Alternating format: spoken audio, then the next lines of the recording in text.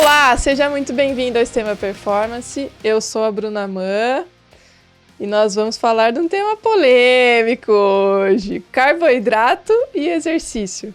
Sabemos que tem algumas dietas hoje que, hoje não, antigas também, que estão falando muito, tem essa discussão, será que precisa de carboidrato mesmo para fazer exercício?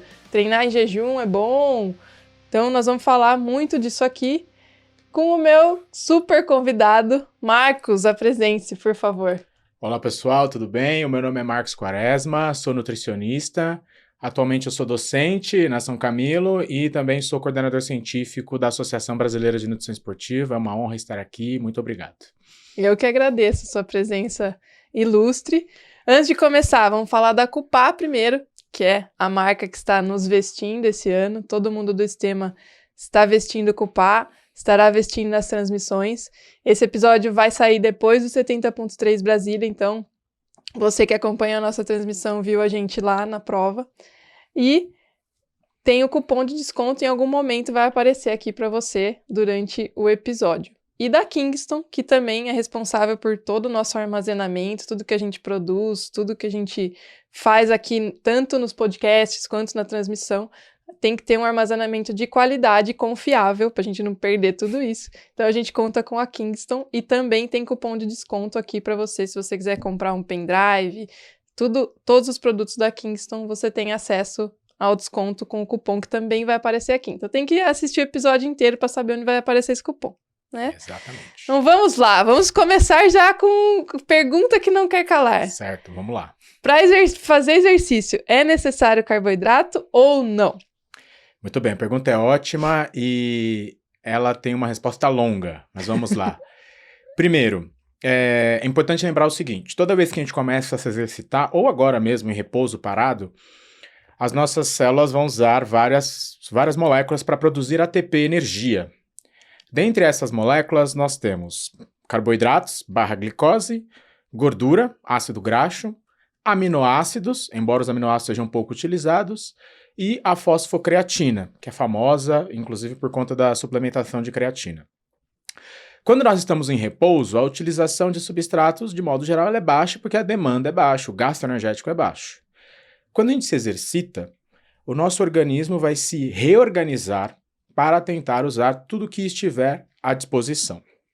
De maneira geral, o músculo usa predominantemente carboidratos, glicose, e gordura, que são os ácidos graxos.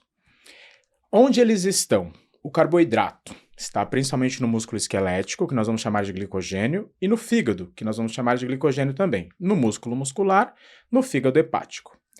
E nós temos um pouquinho de glicose circulando, corrente sanguínea, e talvez um pouco de glicose que a gente obtém a partir da alimentação, se durante o exercício físico eu consumir alguma fonte de alimento, algum carboidrato. Pois bem, a dinâmica de utilização de energia depende um pouquinho daquilo que eu estou fazendo, tipo de exercício, duração do exercício, intensidade do exercício. Se eu estiver pensando no exercício de muito baixa intensidade, 25% do consumo máximo de oxigênio, por exemplo, a quantidade de carboidratos que eu utilizo é muito pequenininha. Então, é claro que provavelmente não haverá necessidade de consumir grandes quantidades de carboidratos nesse cenário.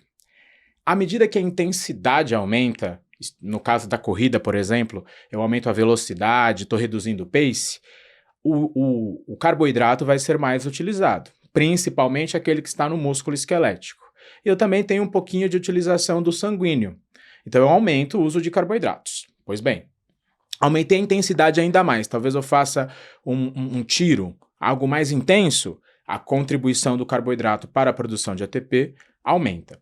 Então, de maneira geral, a gente tem que pensar no seguinte: o nosso músculo esquelético ele vai usar aquilo que tiver à disposição. E essa variação das moléculas que ele utiliza depende muito da intensidade do exercício.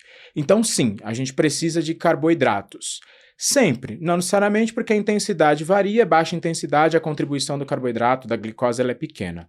Mas, com certeza, se estou me exercitando numa intensidade moderada para alta, o carboidrato é fundamental. O músculo precisa de glicose para conseguir ressintetizar ATP nesse cenário de exercício físico, porque a demanda energética é muito alta. Então, vamos lá, a gente precisa de carboidrato. Isso, exato. E aí, Como que a gente estoca esse carboidrato? É possível criar esse estoque sem comer carboidrato? Difícil. O estoque de carboidrato, ele será feito principalmente no músculo, novamente, glicogênio muscular, fígado, glicogênio hepático. Então, para ser bem honesto, é muito difícil nós conseguirmos estocar carboidratos no músculo ou no fígado sem consumi-los. Muitas pessoas tentam usar a seguinte informação: o fígado produz glicose. Exato. De fato, o fígado produz glicose, existe uma via chamada gliconeogênese, que é basicamente a produção de glicose a partir de outros substratos. Lactato, glicerol, alanina são os principais. Entretanto, a quantidade de glicose que o fígado produz não é suficiente para eu armazenar glicogênio, seja o hepático ou, sobretudo, o muscular. É uma quantidade muito pequena. E geralmente a condição na qual o fígado fica fazendo glicose, gliconeogênese, é a condição de jejum e a condição de exercício. Mas por que o fígado está fazendo mais glicose? Não é para armazenar, é para 1. Manter a glicemia estável, 2. Disponibilizar glicose para o cérebro e 3. Disponibilizar glicose para o músculo que está em contração durante o exercício. A gliconeogênese é ainda maior se o músculo tem menos glicogênio. Então, se eu começo o exercício com um estoque de glicogênio muscular reduzido, a produção de glicose pelo fígado aumenta. E essas glicoses, novamente, vão para regular a glicemia, vão para o cérebro ou para o próprio músculo. Eu costumo dizer que o músculo é um tecido, um órgão muito egoísta. E durante o exercício ele quer glicoses de todos os locais possíveis. Então ele usa a própria glicose, o glicogênio, e ele capta a glicose que está circulando no sangue. E se essa glicose sanguínea começa a diminuir, o fígado começa a produzir. Então o fígado colabora com o músculo para disponibilizar glicose. Então, quer você queira, quer você não queira, o organismo vai tentar disponibilizar glicose. Mas não dá. O fígado, infelizmente, embora o fígado seja um órgão extremamente importante, extremamente funcional, extremamente eficiente, ele não dá conta de produzir glicose em quantidade suficiente para nós armazenarmos. Mesmo que eu disponibilize várias moléculas para ele, glicerol, lactato, etc. E se isso acontecer, especialmente se nós estivermos pensando num cenário de jejum prolongado ou de exercício físico com baixa ingestão de carboidratos, baixa disponibilidade de carboidratos, nós começaremos a ter um fenômeno chamado proteólise. E a proteólise consiste em quebra de proteínas musculares para disponibilizar aminoácidos que serão convertidos em glicose no fígado. Gliconeogênese, produção de glicose hepática. O ciclo alanina-glicose é o mais famoso. O que significa isso? Sai a alanina do músculo, vai para o fígado, vira glicose. O fígado coloca essa glicose no sangue e ela volta para o músculo. É como se fosse uma reciclagem. O mesmo acontece com o lactato, a gente chama de ciclo de Cori. Então nós temos uma série de vias gliconeogênicas ativas durante o exercício e até um pouquinho após o exercício, ou no jejum prolongado, mas não dá para garantir armazenamento de carboidratos com gliconeogênese. O que a gente precisa fazer para armazenar glicogênio no músculo ou no fígado é consumir carboidratos. E esse processo de gliconeogênese é muito mais lento. Muito mais lento. E aí, qual é a sacada? Durante o exercício, isso obviamente vai depender muito da intensidade e da duração do exercício. Vamos assumir um sujeito que está fazendo uma prova de 10, 15, 20 quilômetros, 42 quilômetros ou mais. À medida que o volume aumenta, os meus estoques são insuficientes. Por isso que existe uma relação entre duração do exercício, volume do exercício, e a necessidade de ingerir carboidratos exógenos, por meio de géis, bebidas, etc. É claro que se eu estiver pensando em alguém fazendo uma corrida de 3 km, 5 km, provavelmente o estoque dela já é suficiente, portanto, glicogênio muscular e hepático. À medida que o volume aumenta, eu preciso me preocupar, 10 km, 15 km ou mais. Então, se eu preciso me preocupar, provavelmente haverá ingestão de carboidratos, que é a dinâmica de tentar manter a disponibilidade de glicose. Embora o músculo prefira o glicogênio que já está lá, na intensidade moderada ou alta, embora o músculo tente captar glicoses que estão circulando ou oriundas do fígado, muito provavelmente o fígado não vai dar conta de produzir na velocidade que o nosso organismo precisa, o que vai justificar a ingestão. Por isso que durante o exercício, especialmente após 1 hora de duração, a gente recomenda a ingestão de carboidratos de rápida resposta glicêmica. Mas não é só o volume que dita isso, porque senão eu poderia pensar, então se alguém fizer uma caminhada de 15 quilômetros, ela necessitará de carboidrato, por isso porque vai ultrapassar 1 hora? Talvez não, porque embora a duração seja elevada, a intensidade não é. Então eu aumentei o volume, mas a intensidade não é tão elevada, então provavelmente o músculo vai usar predominantemente os ácidos graxos. Do próprio músculo, é importante destacar isso, que o músculo tem uma reserva de triacilgliceróis, de gordura, ou ácidos graxos oriundos do tecido adiposo, porque durante o exercício a gente quebra triacilgliceróis que residem no tecido adiposo, eles viram ácidos graxos e vão para o músculo para nós usarmos como fonte de energia. Mas, em suma, o fígado não consegue sozinho suprir essa demanda do músculo esquelético, que é gigantesca, especialmente se nós estivermos falando de alguém correndo, ou pedalando, etc., um volume muito elevado, uma duração, uma distância muito elevada, numa intensidade relativamente alta. Sim. Então, honestamente, essa ideia de que o fígado dá conta, cientificamente falando, infelizmente, embora ele seja muito, muito top, ele não dá conta. E tem alguns atletas que buscam isso como uma adaptação, né? Exato. Falam a gente falou de cetogênica, né? Cetoadaptação. Exato. Isso existe? Existe. Essa discussão é muito legal. Ao longo das últimas décadas, em função inclusive dessa ideia de tentar melhorar a máquina humana, muitas estratégias foram estudadas, incluindo a restrição de carboidratos. Essa restrição ela pode ser parcial, e aí eu tenho diferentes graus, ou ela pode ser total. E, teoricamente, a restrição total a gente vai chamar de dieta cetogênica, porque a produção de corpos cetônicos ela é bem elevada. Num cenário no qual eu promovo uma restrição parcial ou total de carboidratos, o músculo esquelético ele começa a se adaptar. O que acontece? Várias proteínas são mais expressas, são moléculas específicas, proteínas específicas, que são mais expressas no músculo esquelético, para que ele fique mais apto a usar aquilo que nós temos à disposição, que na ausência do carboidrato é majoritariamente a gordura, o ácido graxo.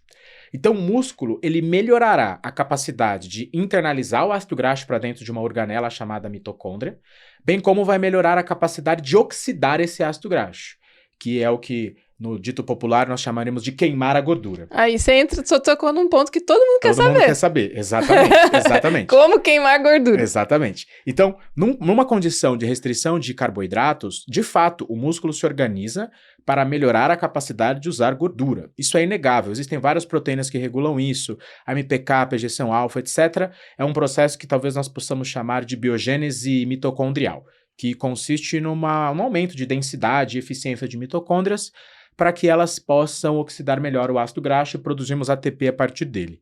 De fato, isso acontece. Por outro lado, o músculo esquelético desaprende a usar glicose. Então, existe uma adaptação negativa para a via glicolítica. É um processo específico de conversão de piruvato em acetil-CoA, são nomes complexos que não vêm ao caso, mas é como se o músculo esquelético de fato não ficasse tão eficiente para usar a glicose como fonte de energia. Qual que é o desdobramento clínico disso? Intolerância aos exercícios de alta intensidade. O indivíduo ele tolera menos esses exercícios. E convenhamos, embora os atletas de longa duração eles têm esse objetivo de resistir mais, eles também fazem treinos de alta intensidade, os quais são fundamentais para que eles melhorem, para que eles adaptem e fiquem mais eficientes.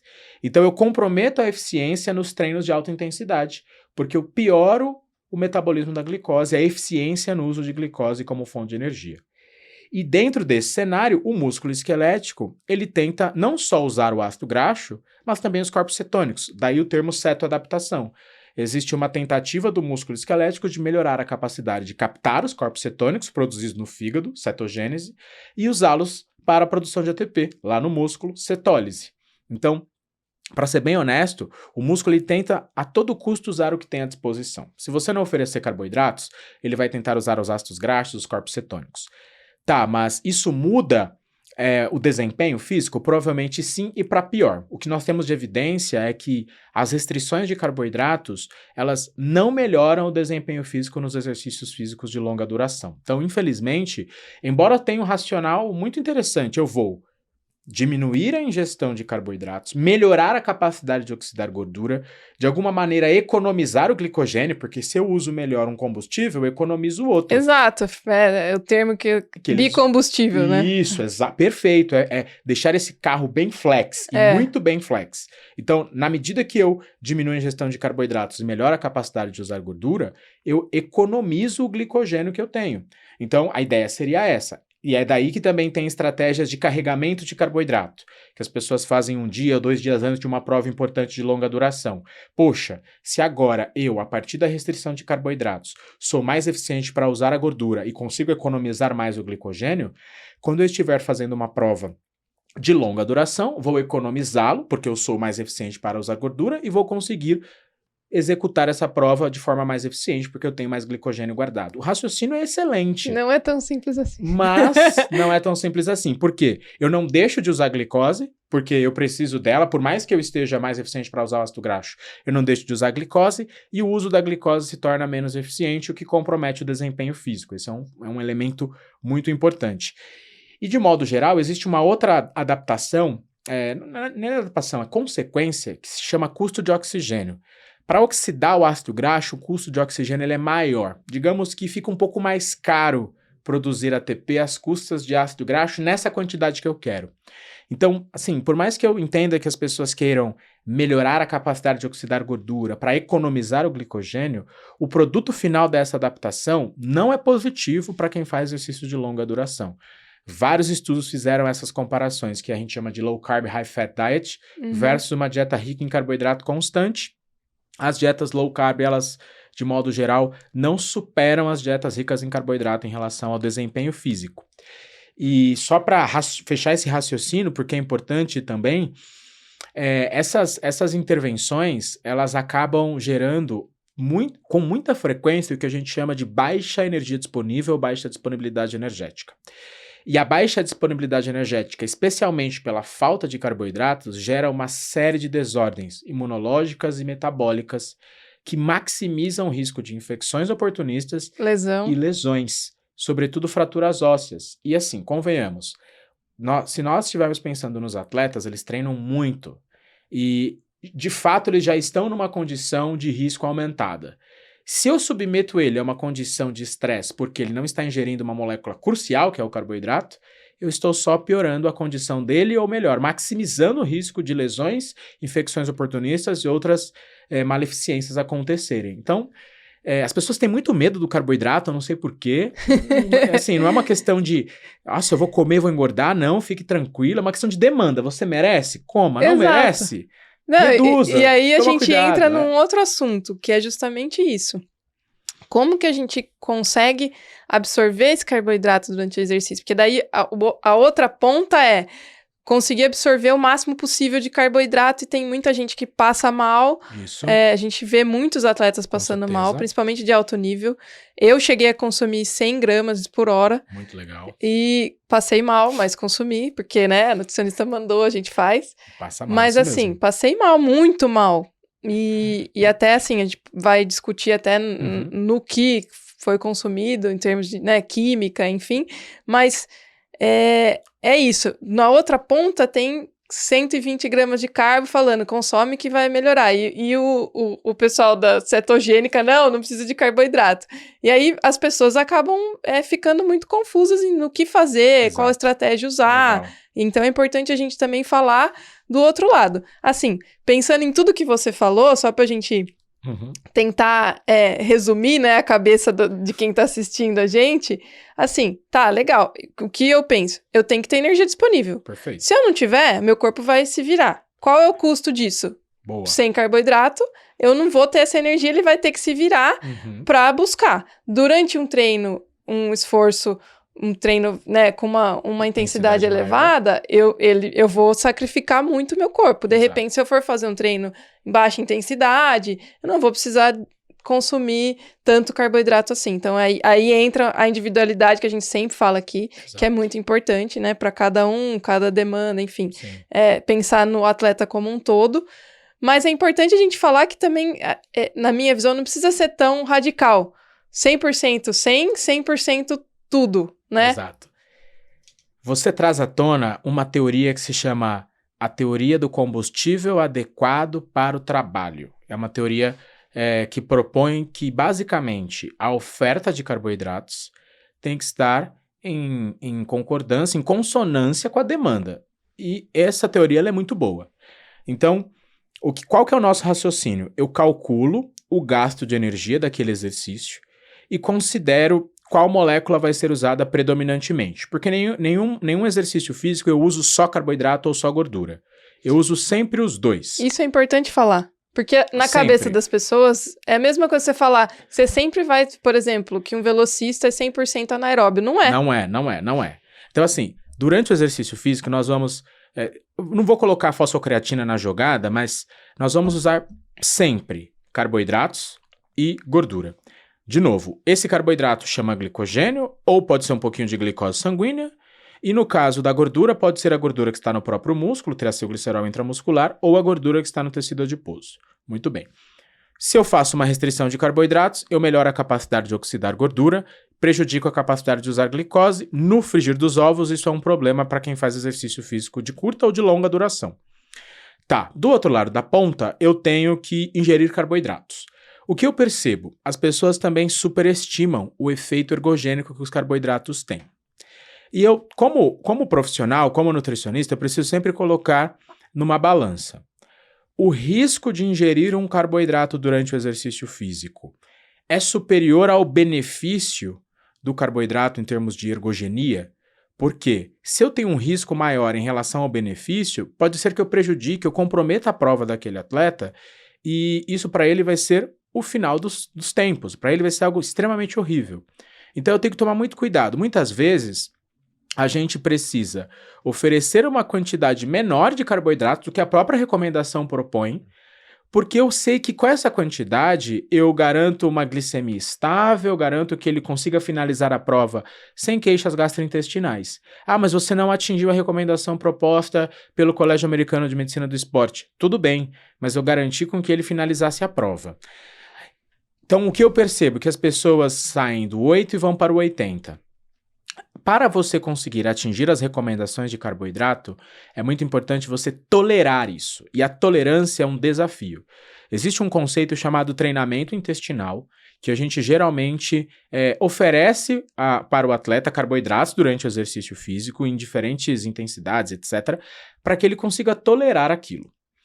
Dado que ele não consiga tolerar, eu preciso, sem sombra de dúvidas, garantir ao máximo que antes do início daquele treino ou daquela prova, ele tenha o máximo de glicogênio possível no músculo esquelético. Então, quem é você na fila do pão? Se você... Isso é importante. Na fila do pão é ótimo. Se você consegue tolerar carboidratos durante o exercício físico, essa estratégia eu posso aplicar. Se você não consegue, talvez eu não consiga usar essa estratégia com você, porque os riscos superam os benefícios, e eu vou trabalhar muito mais com carregamento de glicogênio. Se eu consigo garantir para um atleta o carregamento de glicogênio e a ingestão de carboidrato durante o exercício, eu tenho um mundo perfeito. Então, o que eu acho que as pessoas, elas muitas vezes exageram. Em relação à ingestão de carboidratos durante o exercício, de novo, não é uma tarefa simples. A tolerância gastrointestinal é extremamente diversificada e ela não depende só do sujeito e do carboidrato que ela ingere. Ela depende da temperatura do ambiente, da umidade do ar, do estresse gerado pela prova, e eu diria, inclusive, da ansiedade que o atleta tem em relação àquela prova, muitas vezes uma prova extremamente importante, e por mais que ele tenha treinado a estratégia anteriormente, chega no dia da prova, ele tá nervoso, é uma prova... Não desce, ele tá nervoso, angustiado, ele sabe que ele não pode errar, ele tá preocupado com a logística, então existe uma carga de ansiedade maior em função da prova. Então tem uma série de outras variáveis que impactam nisso. Então as pessoas às vezes acham que é o carboidrato, mas talvez não seja. O carboidrato, durante o exercício físico, ele precisa ser ingerido em quantidades adequadas, numa concentração adequada, portanto, existe uma relação carboidrato e água, e muito provavelmente numa temperatura adequada. Por quê? A temperatura da água, né, no caso, também impacta no estresse gastrointestinal. Já está quente, eu estou fazendo um exercício muito intenso, muito volumoso, aí eu consumir aquela água morna provavelmente vai ser um problema. Aquele carboidrato morno vai ser um problema. Então, não é legal. Então, assim, eu prefiro, inclusive, é sugestivo que essa bebida esteja numa temperatura para ambiente ou gélida, né? Eu preciso consumir alguma coisa que seja refrescante. Então, isso se mantém. Agora, pensando na quantidade, a recomendação, assim, é isso. Você falou 110, 120. A recomendação média para a maior parte das pessoas é de 30 a 60 gramas de carboidrato por hora. Ah, mas no livro texto, no documento está 90 gramas por hora, tem estudos sugerindo 110, 120 gramas por hora. Calma, de novo, quem é você na fila do pão? Eu tava lá no final da fila. Porque assim, não dá para eu pegar o texto que eu acabei de ler e querer aplicar em você que não tolera 30 gramas de carboidrato por hora. Então, eu preciso muito tomar cuidado com isso. E provavelmente essas recomendações elevadas de 90, 110, 120, elas só são benéficas, de fato, se houver volume suficiente para eu depletar o meu estoque, que é o glicogênio muscular, que é sempre o mais importante. Se eu, de novo, garantir para o indivíduo, mesmo muito treinado, muito eficiente, 30 a 60 gramas por hora, ele começou lá com glicogênio cheinho, e eu sei que entre 30 e 60 eu garanto uma boa tolerância gastrointestinal e ele termina a prova tranquilamente, muito melhor. Por que você vai... Por que eu vou oferecer mais 30? Vai falar que vai render mais, não vai. Exato. Por que eu vou oferecer mais para ele... Ah, quero ir no banheiro. Não é legal, eu vou atrapalhar toda a logística dele. Então, é claro que existem sugestões de quantidades maiores, pessoas que toleram bem, aí as pessoas entram lá no YouTube, um ciclista famoso tolera tanto, um corredor famoso tolera tanto, vou fazer a mesma coisa. Para melhorar quantos por cento do seu desempenho? 5% ou menos? E por outro lado, você tem um risco elevadíssimo de ter que parar a sua prova porque você tem vontade de ir no banheiro. Então, assim, o benefício ele tem que ser superior ao malefício. Excelente. Então eu tenho que tomar muito cuidado. E aí tem que tomar um pouco de calma. E de novo, eu sei que essa frase é engraçada, quem é você na fila do pão, mas você não merece isso, porque você está fazendo uma prova para você ser feliz e terminar. Você não merece passar mal. Não, isso, você não merece passar mal, perfeito. Então assim, calma, porque de modo geral, essas recomendações elas são estudadas com o intuito de otimizar o desempenho no nível muito elevado. Eu estou falando de competidores de altíssimo nível, isso é 0,00006% da população mundial. Tour de France, ou Jogos Olímpicos, assim, campeonatos mundiais. E quem sabe para esses atletas melhorar 0,5%... Nossa, ganhou a prova. Ganhou a prova. Agora eu vou melhorar 0,5% para o quê? Para ficar feliz, no máximo. Então, assim, as pessoas exageram muito. De modo geral, para a maioria dos atletas que eu acompanho, eu tô falando de atletas de alto nível nacionais, alguns que competem em Jogos Olímpicos, a gente trabalha com quantidades bem menores, porque eu prefiro garantir uma boa tolerância, uma boa execução do exercício que ele tem que fazer, do que, vamos lá, quantidades muito elevadas e aí colocar tudo em risco. A gente presenciou o Blumenfeld no Ironman, no Campeonato Mundial. Lógico que quem sou eu na fila do pão para falar o que ele tomou, o que ele consumiu, não imagino, não posso falar isso.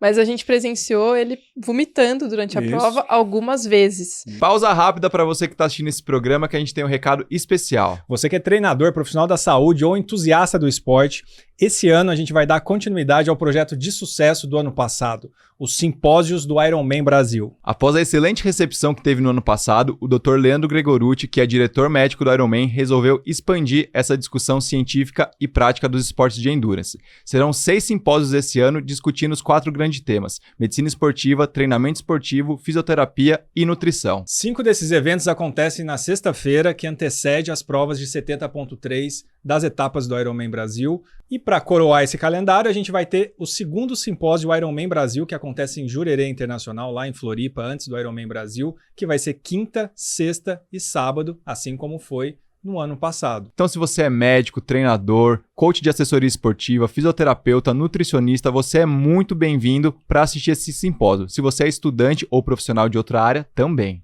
E em todos esses eventos terão inscrições presenciais, que tem vagas limitadas. O ano passado acabou super rápido, então quem quer presencialmente no evento garante lá já a sua inscrição. Vão ter vagas online também, com valor reduzido. Além disso, todos os inscritos para o simpósio presencial ou online também terão a oportunidade de ser voluntários na tenda médica em todas as etapas do Ironman Brasil. Para mais informações e garantir sua inscrição, acesse o site www.simposioironmanbrasil.com.br ou o Instagram @simpósio_ironmanbrasil. E tem o cupom de desconto do Estema que te dá 10% de desconto na inscrição. Cupom ESTEMA10. Nos vemos em 2025, esse ano, nos simpósios do Ironman Brasil.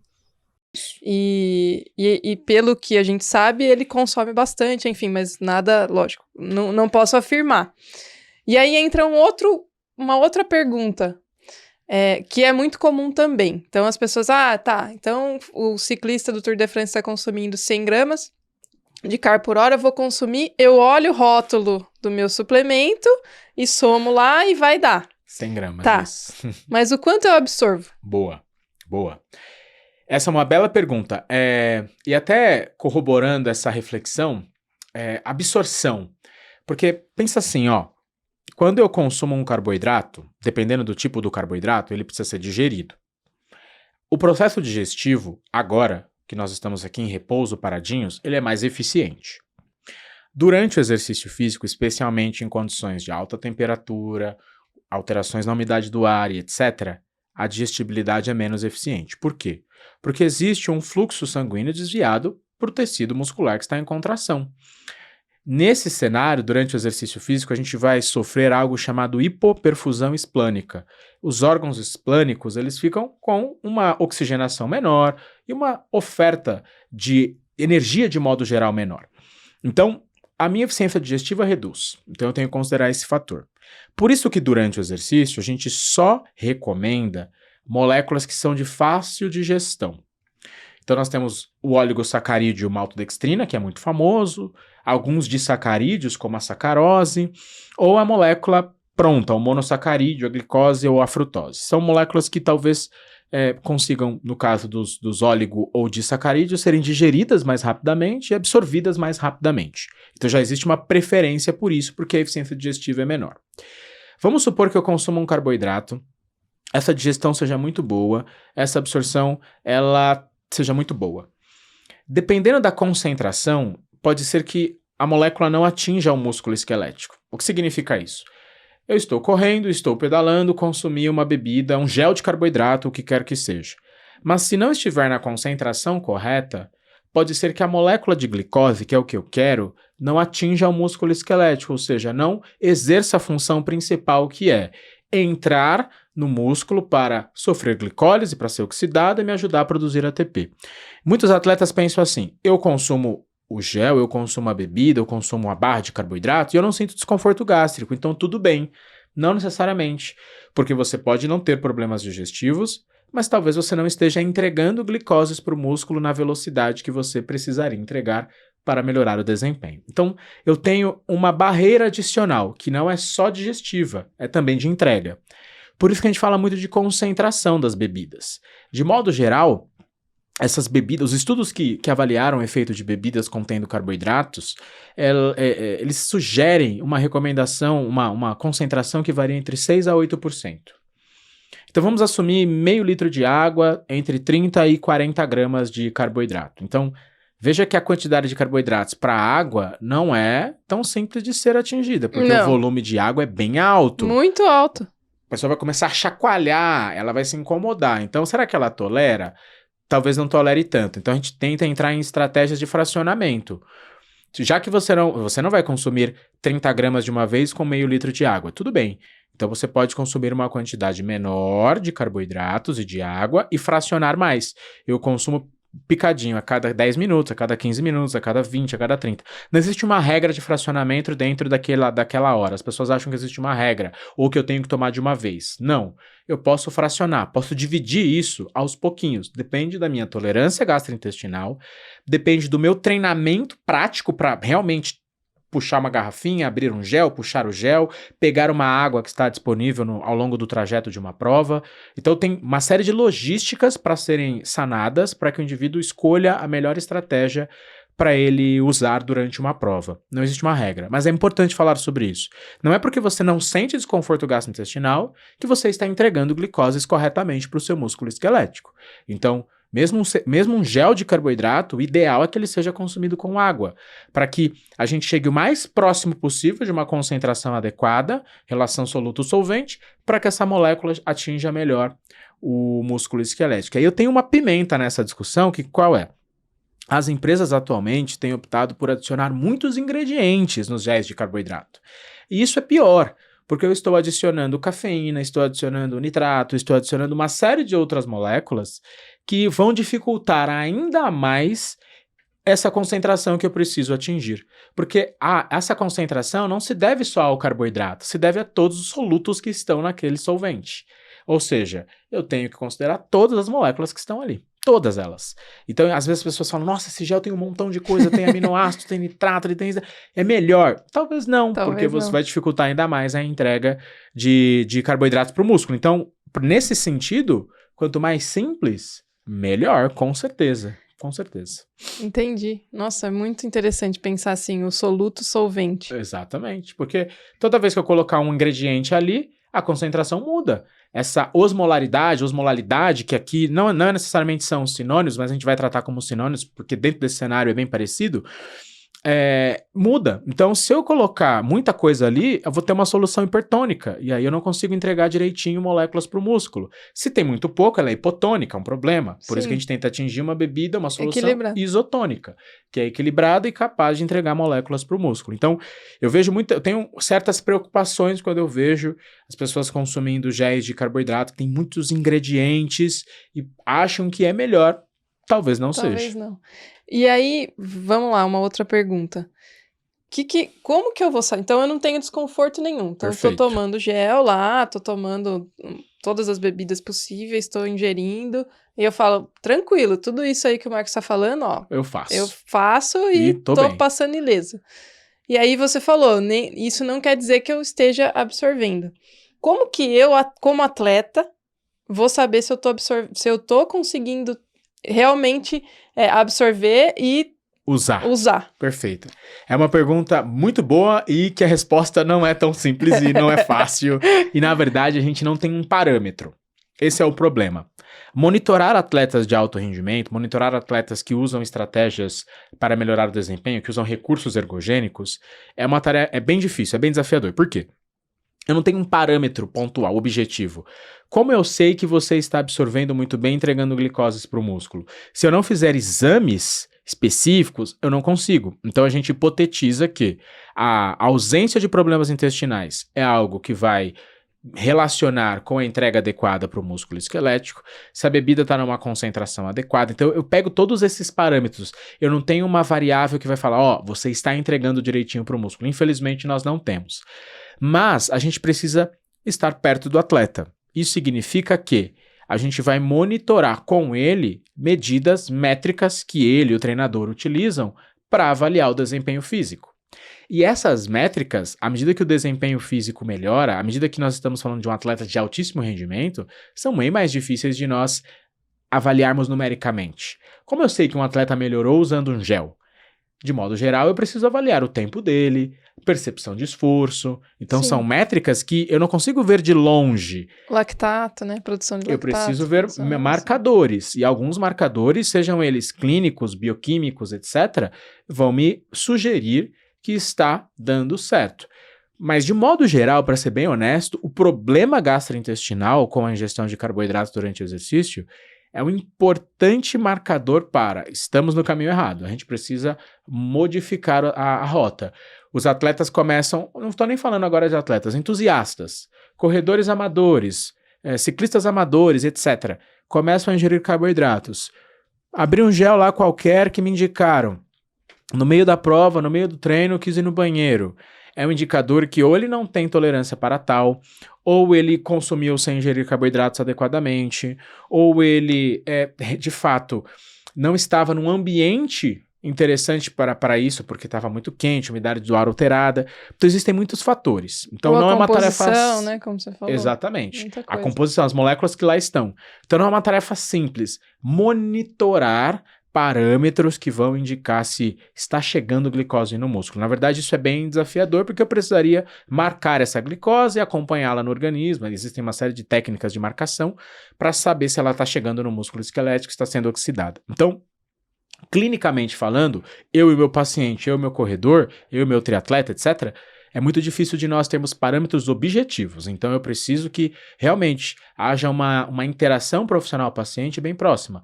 Uma interação nutricionista-paciente, nutricionista-médico, nutricionista-treinador. A gente fala muito disso aqui. Eu preciso muito dessa interação. Exato.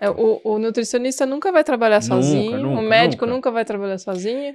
E esse trabalho em conjunto que faz o atleta evoluir. Com certeza. Da mesma forma que essa discussão de dieta, do que é uma coisa que, às vezes, os profissionais acabam discordando. Então, o treinador fala uma coisa, o nutricionista fala outra, e, infelizmente, às vezes não há essa comunicação. Não há um consenso, e o atleta fica confuso. E o atleta fica no meio do caminho. Exato, então, a ideia a gente sempre traz aqui muito isso, né?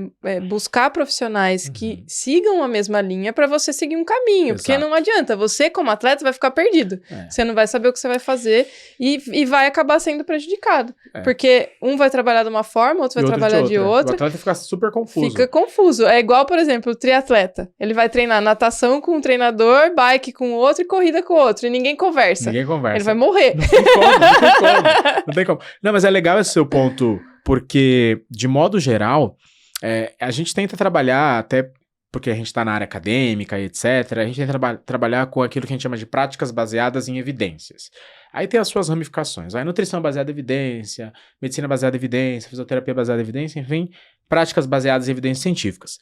E essas evidências, primeiro, elas são mutáveis. Elas mudam ao longo do tempo. Pode ser que hoje nós tenhamos um direcionamento, amanhã nós tenhamos outro direcionamento.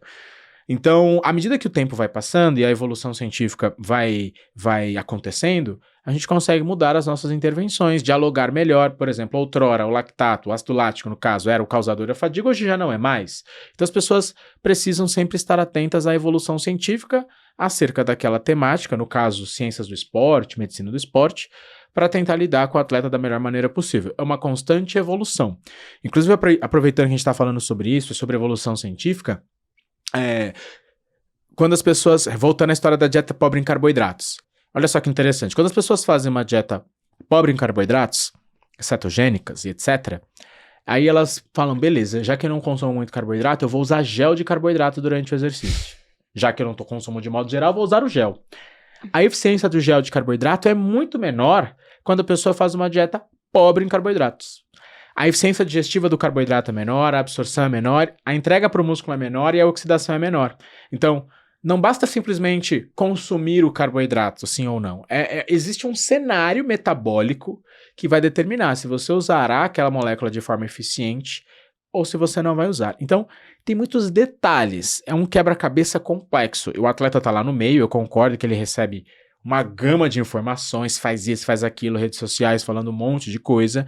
Ele fica confuso. Então, o ideal é que ele realmente procure um profissional habilitado, com experiência nessas provas, experiência nesse cenário, e tomar muito cuidado, porque realmente, cada dia as pessoas estão inventando uma intervenção nova, faz isso, faz aquilo. Calma. Você basicamente precisa de carboidrato, você vai usar os ácidos graxos, hidratação, uma coisa que a galera subestima muito, não bebe água direito, começa a prova hipoidratado, baita calor, desidrata no meio do caminho e quebra, foi o carboidrato. Não, você começou desidratado. Tudo então, assim, cai no carboidrato, exato, no final das contas, tudo cai no carboidrato. Todo mundo quer culpar o coitado do carboidrato, mas você começou a corrida desidratado, não dormiu bem na noite anterior, porque ficou nervoso. Existem vários pormenores que impactaram no desempenho físico na prova ou no treinamento. Se eu não considerar todos eles, eu estou tendo um olhar enviesado, eu estou puxando ou empurrando a sardinha para uma variável que não necessariamente é a causadora do problema, é um viés, então eu tenho que tomar cuidado. Mas... Até clima da prova a gente teve... Clima, a gente monitora. A gente teve, agora, por exemplo, teve a prova no Ushuaia. Frio. Os atletas do Brasil treinando no calor, cai lá na prova, no frio, numa prova extrema, com uma quilometragem altíssima, exato. 130 quilômetros, 86 quilômetros correndo. Como que não vai ter desconforto? Exato. Não, e interessante isso que você também fala, porque agora, assim, nutrição e exercício, de modo geral, avançaram muito nos últimos anos. Então a gente sabe muito sobre, ou pelo menos deveríamos saber bastante sobre essa relação disponibilidade de energia, de nutrientes e exercício. Só que nós sabemos muito pouco sobre os exercícios físicos feitos em condições extremas, calor e altitude, ou frio e altitude. Então, de modo geral, a gente está aprendendo um pouco mais, a gente tem poucos caminhos para essas condições. O que fazer? A recomendação de carboidrato é a mesma na alta altitude? É a mesma quando a temperatura é muito baixa? É a mesma quando a temperatura é muito alta? Então, nós estamos melhorando a nossa interpretação sobre essas intervenções, o nosso entendimento sobre essas intervenções nessas condições extremas. Então, ainda tem muito tentativa e erro.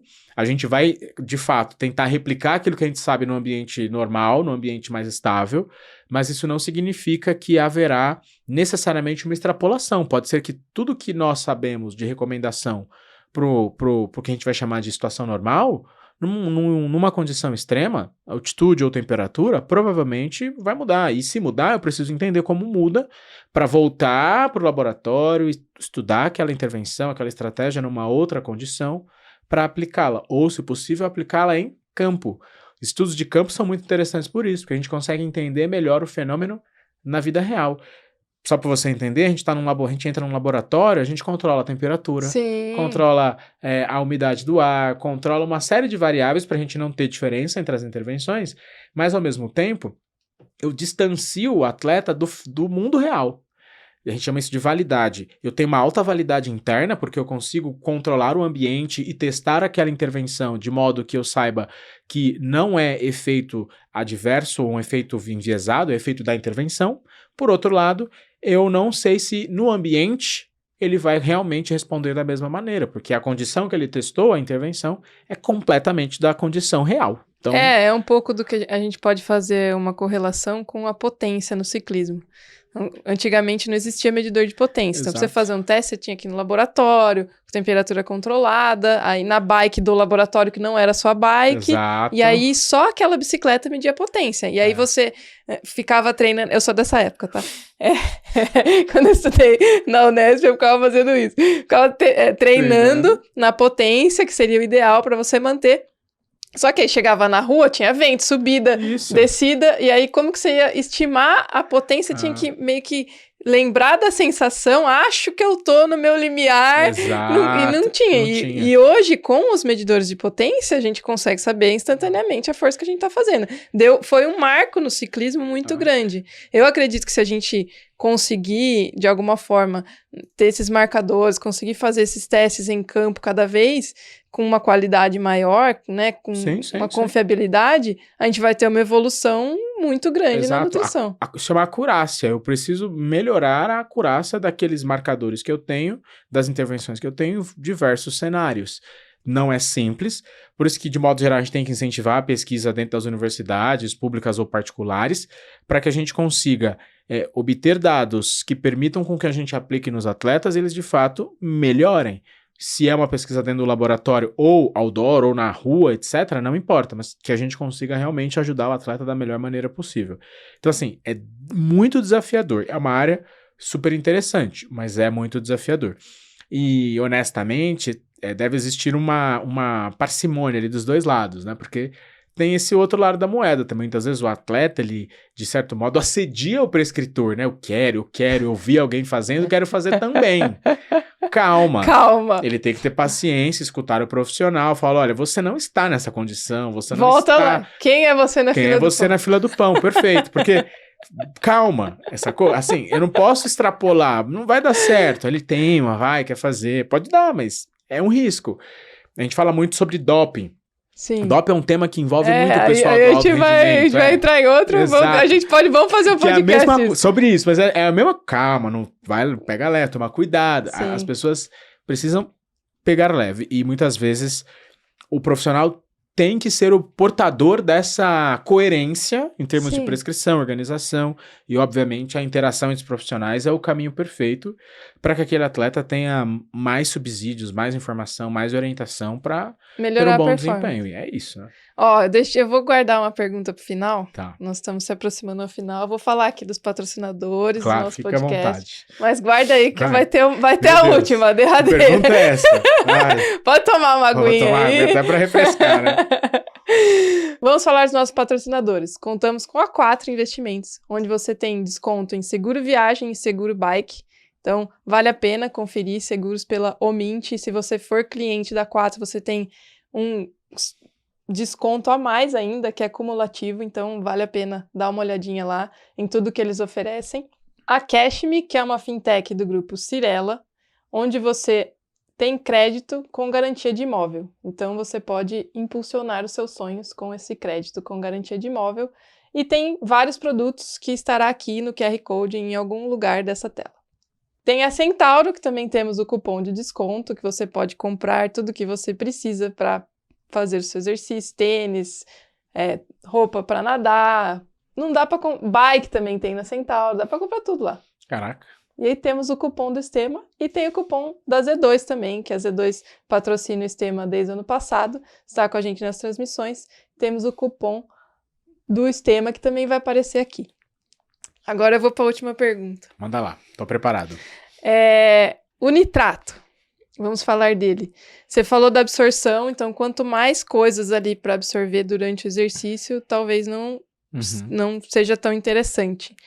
É interessante você consumir algo com nitrato durante o exercício? Ou como que é feita? Como que a gente tem os benefícios do nitrato? Vamos lá. Legal. O nitrato, ele ganhou muita notoriedade aí nos últimos 5 anos, eu diria. Embora os estudos com nitrato sejam até alguns relativamente antigos, aí 10, 20 aninhos. O nitrato, ele tem como principal objetivo aumentar o que nós vamos chamar de vasodilatação por meio do óxido nítrico.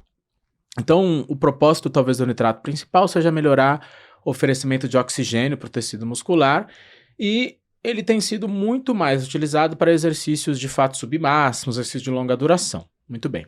Faz sentido, teoricamente, por esse caminho, né? Vou melhorar a entrega de oxigênio e etc. Por outro lado, existem alguns pormenores em relação ao metabolismo do nitrato que as pessoas não consideram. Primeiro, quando você consome o nitrato, ele precisa ser convertido em nitrito. Isso acontece inicialmente na boca por bactérias anaeróbias. Então, nós temos um perfil bacteriano aqui na boca que vai metabolizar o nitrato a nitrito. Esse é um ponto importante. Inclusive, uma variável que pode impactar nessa conversão é o uso de enxaguante bucal. Então, você pode ter uma heterogeneidade no metabolismo do nitrato para nitrito, simplesmente porque eu tenho mais ou menos bactérias na boca. Então, Nossa. eu até brinco, olha, se você fizer muita higiene bucal, talvez você não tenha um bom aproveitamento do nitrato. Então, você escolhe. Ou você vai ficar com a boca suja, vai ter mau hálito, mas o nitrato tá em dia. Então, assim, tem essa reflexão, mas tudo bem. Uma vez que você metaboliza nitrato em nitrito, logo em seguida esse nitrito é convertido em óxido nítrico para gerar a tal da vasodilatação. Só que há uma cinética, há uma demora para que isso aconteça. Assim. A ideia do nitrato como um recurso ergogênico é que ele seja consumido principalmente 2h30, 3 horas antes do início do exercício. Então ele pode ser consumido de forma crônica, a gente já fala sobre isso. Ele tem que ser consumido de forma aguda, pré-exercício e muito pré-exercício. Porque são 2h30, 3 horas antes de iniciar o exercício físico, ou seja, uma duração gigantesca. Só por isso você pensa assim, farei uma prova de 21 quilômetros. Vamos assumir que você faz 21 quilômetros em 2 horas. Eu tomei o meu gel com o nitrato no minuto 30. Você vai chegar no final da prova, esse nitrato nem começou a brincar ainda. Então, assim, há um erro aí por conta dele estar dentro de um cenário intratreino. Nitrato não é para ser consumido em intratreino. Então, é um pré-treino, bem pré-treino, porque eu preciso consumir 2h30, 3 horas antes do início do exercício. Muito bem. Posso consumir de forma crônica? Sim, mas aí a gente entra no mérito. O nitrato ele vai ser obtido particularmente a partir da beterraba e de outras fontes, por exemplo, rúcula, espinafre. Por que eu preciso consumir nitrato a partir de alimentos que contêm nitrato. Eu vou destacar o suco de beterraba, a beterraba. Acredita-se que o efeito do nitrato não se deva só ao nitrato, se deva a outros nutrientes presentes na matriz alimentar desses alimentos que eu citei. Por exemplo, a beterraba, o espinafre. Então, acredita-se que existem fitoquímicos e outros nutrientes que talvez possam modular essa participação do nitrato na conversão de nitrito e óxido nítrico. Existem alguns estudos que testaram os sais de nitrato, nitrato de sódio, nitrato de potássio, e não mostraram melhora do desempenho. Então eu vou lá, tomo uma cápsula de nitrato, um nitrato, como um sais de nitrato, o desempenho não melhora. Então, para eu me beneficiar do nitrato, ele quase que obrigatoriamente tem que estar no alimento. Então tem que comer beterraba ou Tem tomar que comer suco de beterraba. ou suco de beterraba concentradão, empelotado. Eu brinco, não é aquele suco de beterraba do boteco com cenoura, ralo, coado, não. Tem que ser bem concentrado. Então, é uma estratégia complexa de ser feita a nível prático. Então, o nitrato no gel, o nitrato em cápsula, o nitrato suplemento de nitrato, não vai otimizar o desempenho físico. Isso é bem evidenciado. E mesmo que você consiga, aí eu entro no mérito porque o suco de beterraba, mesmo que ele tenha todo o potencial efeito benéfico, a ideia de uso não é tão simples assim. Você já cozinhou beterraba, já mexeu com a beterraba, já viu tanto de sujeira que faz aquilo suja a louça toda, a casa toda. Então assim, pensando no metabolismo do nitrato, eu vejo ele como um recurso ergogênico. A magnitude do melhor do desempenho não é tão alta. Existe um detalhe aqui interessante. Como o nitrato tem esse efeito de melhorar a entrega de oxigênio, além de outros efeitos no músculo esquelético, economizar fosfocreatina, etc. Como o nitrato tem esse efeito, acredita-se que pessoas mais treinadas sejam menos responsivas. Ou seja, quanto mais treinado eu sou, menos efeito o nitrato faz. Aí tem o outro lado da moeda. Beleza, embora o efeito seja pequeno, no alto rendimento é relevante. Sim. O nitrato, para quem é muito treinado, melhora 0,5%. 0,5% é a diferença, muitas vezes, do primeiro para o último colocado de uma prova. Então, de fato, se eu estiver falando no alto rendimento, apesar do efeito ser menor, porque esses indivíduos já são muito adaptados, é possível que exista uma relevância maior. Aí eu volto de novo para a frase: quem sou eu na fila do pão? O que eu vou fazer para me sacrificar 2 horas e 30 minutos antes, 3 horas antes, tomar um suco de beterraba cujo sabor é duvidoso? Provavelmente eu não vou me beneficiar muito. Então eu vou optar pelo pó de nitrato de sódio, nitrato de potássio. Não vai melhorar o desempenho, porque ele tem que estar no alimento. Então, assim, o nitrato veio com tudo, a galera superestimou e infelizmente, ou felizmente, não sei, para algumas pessoas talvez felizmente, mas tá aí em tudo quanto é lugar. Mas quer usar o nitrato? Suco de beterraba, suco de espinafre, combina os dois e boa sorte. Aí vai ser duvidoso. Imagina o intestino nesse cenário. Beterraba com espinafre. Oh, que delícia. Deve ser gostoso. Deve ser gostoso. É que meu marido fala, vou só fazer um parênteses, eu sou aquele tipo de atleta que é assim: Bruna, você tem que comer beterraba, não interessa, eu odeio beterraba. Tá bom, vai melhorar? É doping? Não, então vou fazer. Então eu fiz a vida inteira isso. E até hoje eu sigo, tipo, pego coisa da geladeira como gelada. Ele olha pra mim e fala, meu, não é possível. Eu falei, mas eu comi o que eu não queria a vida inteira. Então o atleta tem essa cabeça. Mas é isso, quanto eu vou melhorar. Exato. E qual é o sacrifício? E aí quando a gente tá falando de atletas de altíssimo rendimento, não é ele que vai fazer o suco dele. Não é. Beleza. Isso. Né? Vamos supor que ele tem uma logística. Exato. E aí, existe já uma intenção, a variabilidade do efeito é um pouco maior, mas o consumo crônico de nitrato a partir desses alimentos parece ser benéfico também. Então, vamos assumir que ele não se incomoda de consumir com mais frequência beterraba, rúcula, espinafre, que são fontes de nitrato.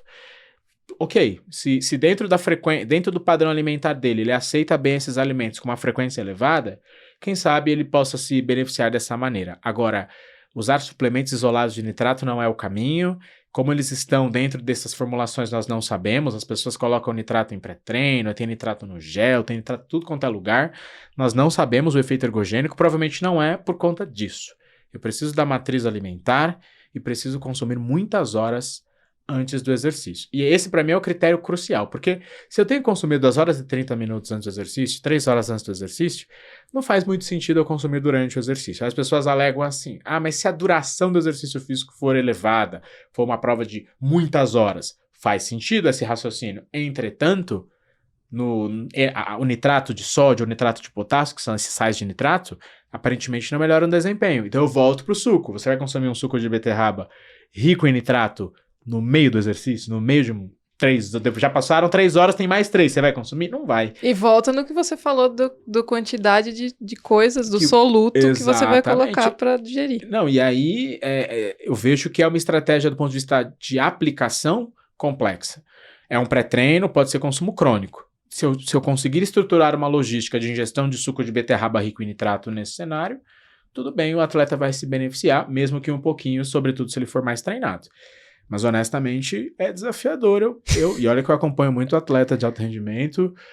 E não sei não, tudo aquilo que sai um pouquinho da rotina deles, às vezes eles se incomodam, não é fácil. Pensa no atleta que treina muito cedo. Não, e outra, né? Tem 3 treinos no dia, 4 treinos no dia, Isso. Que horas que vai consumir, enfim. Então, eu geralmente, assim, mesmo que o efeito possa ser menor, eu diria que eu opto muito mais, assim, é mais coerente na minha cabeça o consumo crônico. Uhum. Eu tentar oferecer alimentos que contenham nitrato, de novo, destacando a beterraba, espinafre, etc., porque são alimentos saudáveis, com outros nutrientes benéficos, consuma dentro de uma rotina, quem sabe você consegue extrair ali um pouquinho de benefício. Mas, olhando para os estudos científicos que avaliaram o efeito do nitrato, é importante considerar esses pormenores aí. Ele tem que estar no suco de beterraba ou no espinafre, que talvez sejam os alimentos com maior densidade de nitrato e mais fáceis de usar dentro dessa formulação, esse suco de sabor duvidoso. Suco de sabor duvidoso.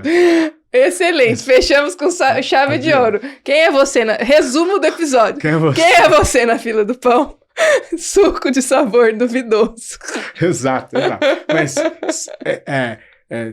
mensagens para casa. Mensagens, anotem aí. Primeira coisa, quem é você na fila do pão? Isso é importantíssimo. Muito importante.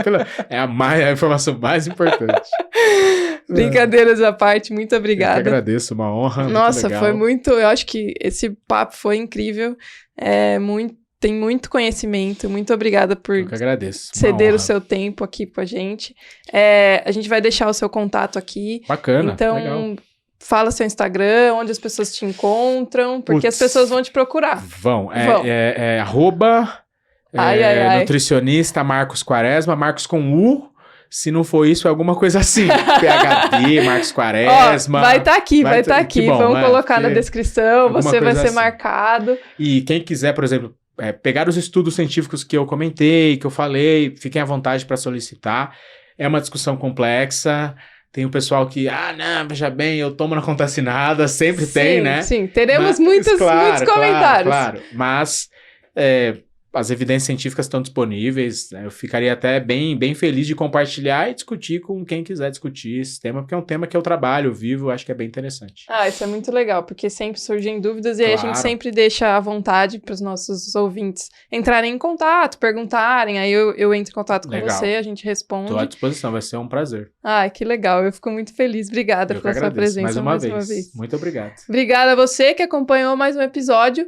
Curta, compartilha, comenta, manda pra todo mundo que acha que tá tomando aí, as coisas tá tudo fazendo efeito, não tá, enfim, esse tema é polêmico demais. Esse episódio ficou muito bom, manda pra todo mundo vai curtir. Esse foi mais um Extrema Performance. Valeu!